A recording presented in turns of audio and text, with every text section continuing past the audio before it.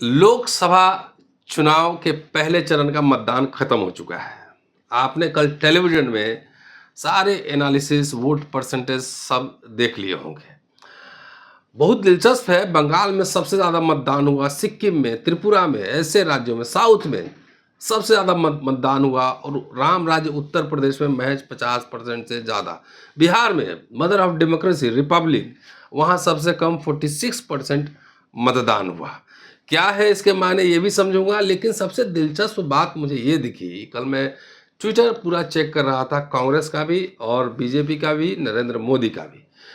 नरेंद्र मोदी साहब और बीजेपी का जो ट्विटर हैंडल है, सब इमोशनल अपील में जा रहा था कि राम का मंदिर देख के वोट देना, तमाम इस तरह के इमोशनल अपील हो रहे थे। मोदी की गारंटी पे चर्चा एकदम नहीं थी। दूसरी तरफ जो कांग्रेस के लीडर हैं, बिहार में कल खड़गे साहब का भाषण भी था और उनके ट्विटर पे जाइए, आप देखिए कि वो कोई मुद्दों पे बात कर रहे थे, है ना, कि किसान, मजदूर, दलित, आदिवासी, पब्लिक सेक्टर यूनिट, रोजगार, तमाम इन मुद्दों पर बात कर रहे थे। तो क्या 10 साल का जो तिलिस्म है मोदी राज का, वो खत्म होने की कगार पे है। अगर आपने 10 साल विकास किया, सबका साथ सबका विकास किया, तो सिर्फ राम और कृष्ण भी आए, द्वारका भी आया। इमोशनल अपील पे सिर्फ वोट क्यों मांग रहे हैं? 5 किलो अनाज, 80 करोड़ लोग, आगे पता नहीं क्या होगा। इन तमाम पहलुओं पे चर्चा करने वाला हूं। मेरे साथ सुप्रीम कोर्ट के एडवोकेट बलराज मलिक साहब हैं, इनसे बात करेंगे और समझने की कोशिश करते हैं कि पूरे इलेक्शन को 102 सीट पे जो पहले फेज में हुआ है, काउंटिंग, जो मतदान जो हुआ है, उसको वकील साहब एक्टिविस्ट भी हैं, सोशल पॉलिटिकल एक्टिविस्ट भी हैं, वो कैसे देखते हैं? स्वागत है सर। नमस्कार जी नमस्कार जी, बताएं। देखिए, जो इलेक्शन हुआ है, कुछ स्टेट में ज़्यादा अच्छा मतदान हुआ है और हम भी काफ़ी सोशल मीडिया से या उस पर पता चलता ही रहता है, देखते भी रहते हैं कि प्राइम मिनिस्टर क्या अपील कर रहे हैं, बीजेपी की क्या अपील कर रही है लोगों को और दूसरे लोग किस तरह के ट्विटर अपनी उपलब्धि नहीं बता रहे हैं, उपलब्धि है नहीं मोदी कुछ की गारंटी बता रहे हैं, उपलब्धि कुछ नहीं है। और कह रहे थे अभी 1-2 दिन पहले कहीं भाषण में कहा है, संविधान को तो अगर बाबा अम्बेडकर भी आ जाए तो वो भी नहीं इसको बदल सकते या खत्म कर सकते, जबकि ये संविधान को ऑलरेडी खत्म कर चुके हैं। आपको ये कैसे खत्म कर दें? देखो, संविधान में प्रीएम्बल में 3 तरह का जस्टिस की गारंटी है, इकोनॉमिकल, पॉलिटिकल और सोशल, और इन तीनों के परिणाम में भाईचारा। अगर इन तीनों को जस्टिस, न्याय हो जाए और भाईचारा ना हो तो इसका मतलब ये जस्टिस नहीं हुआ है। इन तीनों जस्टिस के फल के रूप में, परिणाम के रूप में समाज में भाईचारा स्थापित होता है। समाज में भाईचारा बिल्कुल टूटा हुआ है, पूरी तोड़ने की कोशिश की है इन्होंने, कोई कसर छोड़ी नहीं। एक तरह से इन्होंने संविधान की हत्या पहले कर चुके हैं। इकोनॉमिकल जस्टिस, देश के 80-90 करोड़ परिवार हमारे, उनको राशन निःशुल्क, और जिसको ये फ्री का राशन कहते हैं, मैं कहता हूँ बकवास है। मैंने ट्विटर भी किया था प्राइम मिनिस्टर को, इसको फ्री का राशन मत लिखो, ये इस देश का राशन है, इन्हीं लोगों की मेहनत की कमाई का है, इन्हीं का पसीना है। जिनको आप कह रहे हो ना निःशुल्क राशन खाने वाले या उनको मिल रहा है, उनका कहीं ना कहीं मेहनत की चोरी की है किसी ने, और उनको ये इस तरह से स्वीकार करना पड़ रहा है। ये निःशुल्क हो सकता है, ये देश का ही है, देश के लोगों के लिए है, तो उस पर फोटो लगा देना, ये तो है इकोनॉमिकल जस्टिस। देश में असमानता बढ़ी है, चंद लोगों के पास देश की आधी से ज़्यादा संपत्ति इकट्ठी हो गई है। इससे साबित होता है इकोनॉमिकल जस्टिस के रूप में आपने संविधान की हत्या की है। प्राइम मिनिस्टर और ये सरकार हत्यारी है संविधान की, संविधान बदला इन्होंने एक तरह से। दूसरा, सोशल जस्टिस, भाईचारा कैसा है, जाति धर्म के नाम पे कितना समाज को बांटा है, किस तरह के नारे करते और किस तरह के भाषण देते, एक प्राइम मिनिस्टर को शोभा नहीं देता। ये देश के सामने बोलने की हिम्मत नहीं, प्रश्नों का जवाब नहीं दे सकते, राइट टू एक्सप्रेशन इन्होंने बंद कर दिया, अपने मन की बात जबरदस्ती सुनाते हैं लोगों के, सुनाते ने धारा 44 का मिसयूज किया इन्होंने, लगातार पार्लियामेंट का मिसयूज किया, गलत कानून और स्ट्रॉन्ग उसमें बदलाव किया, यूएपीए, पीएमएलए, जहाँ लोगों को सालों साल तो जेल बिना ट्रायल के। ये देश के संविधान की उस कॉन्शियस के खिलाफ है, स्पिरिट के खिलाफ है, मूल भावना के, और इसमें फेल हुई देश की सुप्रीम कोर्ट भी और हाई कोर्ट्स भी देश की, इन्होंने भी देश को फेल किया है। क्योंकि इतने दिनों से ये लोग प्रताड़ना का शिकार हो रहे हैं, अब वो केस भी पेंडिंग है, ये कॉन्स्टिट्यूशन बेंच नहीं बिठा पाए, उसको अभी तक अनकॉन्स्टिट्यूशनल नहीं ठहरा पाए, जो ठहरा देना चाहिए था, बहुत गलत है। तो इसलिए सोशल जस्टिस के मायने में भी ये जीरो फेल हुए, इन्होंने संविधान को फेल किया है, संविधान की हत्या की है। तीसरा, पॉलिटिकल जस्टिस। कितने दिनों से ये कानून बन रहा है। अब ये कानून बना था दुनिया में ड्रग ट्रैफिकिंग, काला धन, जो काले धन वाले तो भगा दिए इन्होंने। इनका एमपी है GTV का सुभाष चंद्रा, इन्हीं का एमपी, उसको भगा दिया। इन्हीं को 10-20 लाख का सूट देने वाला आदमी नीरव मोदी, वो भाग गया, वो इन पे लाए नहीं गए। और यहाँ के इलेक्टेड चीफ मिनिस्टरों तक को इन्होंने अंदर जेल में बंद किया हुआ है। उसके फैमिली भी मिलने जाती है। एक चीफ मिनिस्टर पंजाब का मिलना चाहता है, वो भी काला शीश, बीच में शीशा ऐसा, एक दूसरे की शक्ल अच्छी तरह दिखाई नहीं देती, टेलीफोन पे बात करते हैं। फैमिली को, उनकी पत्नी को नहीं मिला देना। इसी देश की सुप्रीम कोर्ट और इसी देश के जेलों में एक वो था सारा इंडिया का मालिक, जिसने इतना गड़बड़ किया लोगों के साथ, इतना काला धन उसमें था, उसके मामले में इतनी ठगी ठोरी उसने मारी थी, उसको सारी सुविधाएं जेल में थी। तो ये आर्टिकल 14, आर्टिकल 16 सबका वायलेशन इन्होंने किया। लोगों के टीवी, सोशल मीडिया बंद कर रहे हैं, किसी की रीच बंद कर रहे हैं, किसी की एडवर्टाइजमेंट कर रहे हैं। अम्बेडकरनामा का रीच जानबूझ के, जिन लोगों को लोग देखना चाहते हैं उनकी वीडियो आते हैं, उनको रीच कम कर देते हैं, जो चीज़ इनके खिलाफ होती है। इसलिए इन्होंने देश के संविधान को तार तार कर दिया है। देश के संविधान की हत्या, ये हत्यारे हैं संविधान के, ये हत्यारे हैं लोकतंत्र के, इकोनॉमिकल, पॉलिटिकल और सोशल जस्टिस के हत्यारे। पॉलिटिकल जस्टिस में तो कहीं ना कहीं देश की हाई कोर्ट और सुप्रीम कोर्ट भी शामिल है पॉलिटिकल जस्टिस की हत्या में। वो किस लिए, मैं कैसे कह रहा हूँ?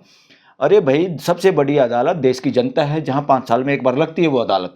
वो तो वीवीपैट ईवीएम का चक्कर है, वो तो इधर उधर। तो इसलिए हमने 3 संस्थाएं खड़ी की है ताकि देश की व्यवस्था सुचारू रूप से संविधान के हिसाब से चलती रहे और देश के लोगों के फंडामेंटल राइट्स सुरक्षित बचें और देश प्रियम्बल के आधार पे जो हमारा लक्ष्य है 140 करोड़ परिवार का, वो आगे बढ़ता रहे और भाईचारा उसमें हमें की खुशबू आती रहे देश में। वो इन्होंने किया नहीं। और जेल में जो लोग पड़े हैं कितने दिन से, हाई कोर्ट सुप्रीम कोर्ट से जमानत नहीं मिल रही, किस तरह व्याख्या कर रहे हैं लोग। तो पॉलिटिकल जस्टिस में सारे लोग, जो अपोजिशन के लोग हैं, जो NGO के लोग हैं, जो मीडिया के लोग हैं, इन्होंने पकड़ के जेलों में डाले हुए हैं जो लोग, और जो माइनॉरिटी के लोग नाम पे लोगों को पकड़ रखा है भावना भड़काने के लिए। उल्टा आतंकवाद और उल्टा नक्सलवाद का स्वरूप है सरकार आज की खुद। सब वो किसी को देशद्रोही कह रही है, किसी को अर्बन नक्सल कह रहा है, और अपने मुद्दे का अपने 10 साल की उपलब्धि एज एन एडवोकेट ये कहने में कोई कोताही नहीं। और सैकड़ों वकील सुप्रीम कोर्ट के भी ये कह रहे हैं कि गुजरात में ये लोग इसी मॉडल पे नफरत फैलाओ और इलेक्शन में गड़बड़ करो, इसीलिए सरकार चलाते रहे। और क्योंकि इलेक्शन में गृह मंत्रालय का बहुत बड़ा रोल है, इसीलिए 2019 के इलेक्शन से पहले उसको बताते हैं, हटा दिया था इसको, राजनाथ को, और गृह मंत्री इसलिए बनाया था कि गड़बड़ करनी है। और इन्होंने गड़बड़ करके 2019 का इलेक्शन जीत लिया। ये देश गुजरात नहीं है, ये गुजरात से बड़ी चीज़ है ये देश। और लोग इस बार खुद ही अपोजिशन का रोल अदा कर रहे हैं और खुद ही सत्ता परिवर्तन करना चाहते हैं। ताकि जो बात आप कह रहे हैं, आप तो सरपंच भी रहे गांव में जी, और हरियाणा से जुड़े हुए हैं जी जी। ये डिस्कोर्स पूरा जस्टिस का, संविधान का, जो कि कांग्रेस पार्टी उसके नेता कह रहे हैं, उसके बरक्स जो है ना, बीजेपी के सोशल मीडिया पे कुछ नहीं आ रहा है, खाली राम और कृष्ण आ रहा है। हाँ, ठीक है। हाँ, ये जिंदा आदमियों की इज्जत नहीं है, पुराने आदमी कथा कहानियों के आधार पर वो इज्जत करना चाह रहा है। जिंदा लोगों का ये है कि गांव में ये किसका मैसेज ज्यादा पहुंच रहा है? गांव में मैसेज आ रहा है मुद्दों का, किसानों का भी। किसानों का मुद्दा है कि ह्यूमन डिग्निटी का भट्ठा बिठा है इस देश में, और उसमें मुख्य रोल इस देश के प्राइम मिनिस्टर का है और प्राइम मिनिस्टर के साथ जोड़ी में जो उनके साथी हैं, क्योंकि इन्होंने ना मान सम्मान औरत का करना आया। खिलाड़ी पहलवानों के चेहरे पे पुलिस ने जूते रखे, वहाँ पर इन्होंने वुमेन डिग्निटी की हत्या की। मणिपुर में इन्होंने धर्म उन्माद फैलाया, हिंदू वर्सेस क्रिश्चियन करने की कोशिश की और बहन बेटियों को नंगा घुमाया। एक शब्द नहीं बोल पाया, हिम्मत तक नहीं हुई प्राइम मिनिस्टर की आज तक वहाँ जाने की। इससे साबित होता है, लोग ये कह रहे हैं ये सारा कुछ कराया नहीं का है, सारी फिल्म स्टोरी स्क्रिप्ट लिखते हैं प्राइम मिनिस्टर खुद और एग्जीक्यूट करता गृह मंत्री। तो ये जोड़ी बहुत बदनाम होगी है देश में। लोग इनका इलाज करना चाहते हैं और सारा मुद्दा गरीबी का है, किसानों का है। इस देश के किसानों के लिए धारा 44 लगा के कील गाड़ना, ड्रोन से हमले करना, ये भूल नहीं रहे लोग, इनका इलाज करेंगे इलेक्शन में। और गांव में तो हरियाणा में धारा 288 लगा दी लोगों ने खुद। बीजेपी के नेताओं को और जेजेपी के नेताओं को घुसने नहीं दे रहे वहाँ पे। अच्छा, बोले आप धारा 144 लगाते हो अंग्रेजों के टाइम की, बदमाशी तुम्हारे बाप की दिल्ली है क्या, तुम्हारे बाप की सड़क है क्या, हम तुम्हें गाँव में नहीं घुसने देंगे, तुम्हारे को जूते मारेंगे। ये माहौल चल रहा है हरियाणा का, देखो आप वीडियो। और लोग इसमें कहीं ना कहीं गलत नहीं है, जब लोगों की आवाज़ सुनने के लिए जो सरकार, जो प्रतिनिधि हमने बनाए, जो पार्लियामेंट बनाए, जो MP बनाए, वो बदमाश अगर इनकी नहीं सुन रहे अपने मालिकों की, तो अब दोबारा वो चुनाव में जाएं, किस मुंह से उनको घुसने दे, किस मुंह से उनकी बात सुने, क्यों सुने उनकी बकवास। जो ताड़ी बजा के हर हर मोदी करते हैं पार्लियामेंट के अंदर भी, ऐसे नपुंसक अपने जनप्रतिनिधियों को जनता कैसे दोबारा चुने, क्यों चुने? मोटा मोटी बताइए, वो सब डिस्कोर्स देख रहे हैं। हाँ। कि अगर फ्री एंड फेयर इलेक्शन होगा तो क्या रिजल्ट रहेगा, पहले फेज का बताइए। फ्री एंड फेयर इलेक्शन होगा, बुरी तरह हारेगी सत्ता पक्ष, बुरी तरह हारेगी। जो ये लोग कह रहे हैं ना, कोई 150-200 कह रहे हैं, मेरे को नहीं लग रहा 100 भी आएंगी।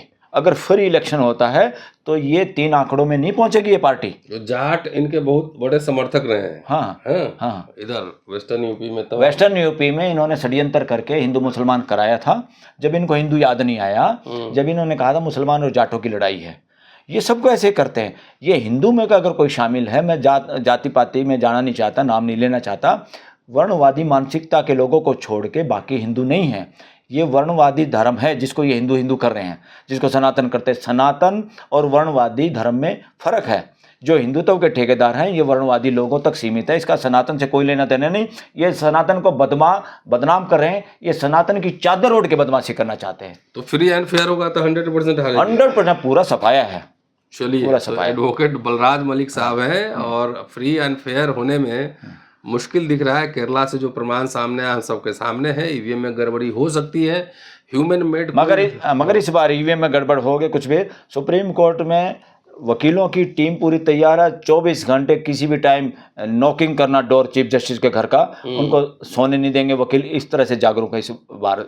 कुछ भी बात देश के लिए होगी उसके लिए खड़े हैं, चाहे कैंडिडेट के साथ गड़बड़ हो, ईवीएम में गड़बड़ हो, कुछ और हो, दिन रात उसी तरह से पहरेदारी सुप्रीम कोर्ट के वकील यहाँ करेंगे, जिसमें मैं भी शामिल हूँ। चलिए, शुक्रिया। तो ये था स्पेशल एपिसोड। सुप्रीम कोर्ट का दरवाजा खटखटाया जाएगा। देखते रहिए अम्बेडकरनामा। Thank you.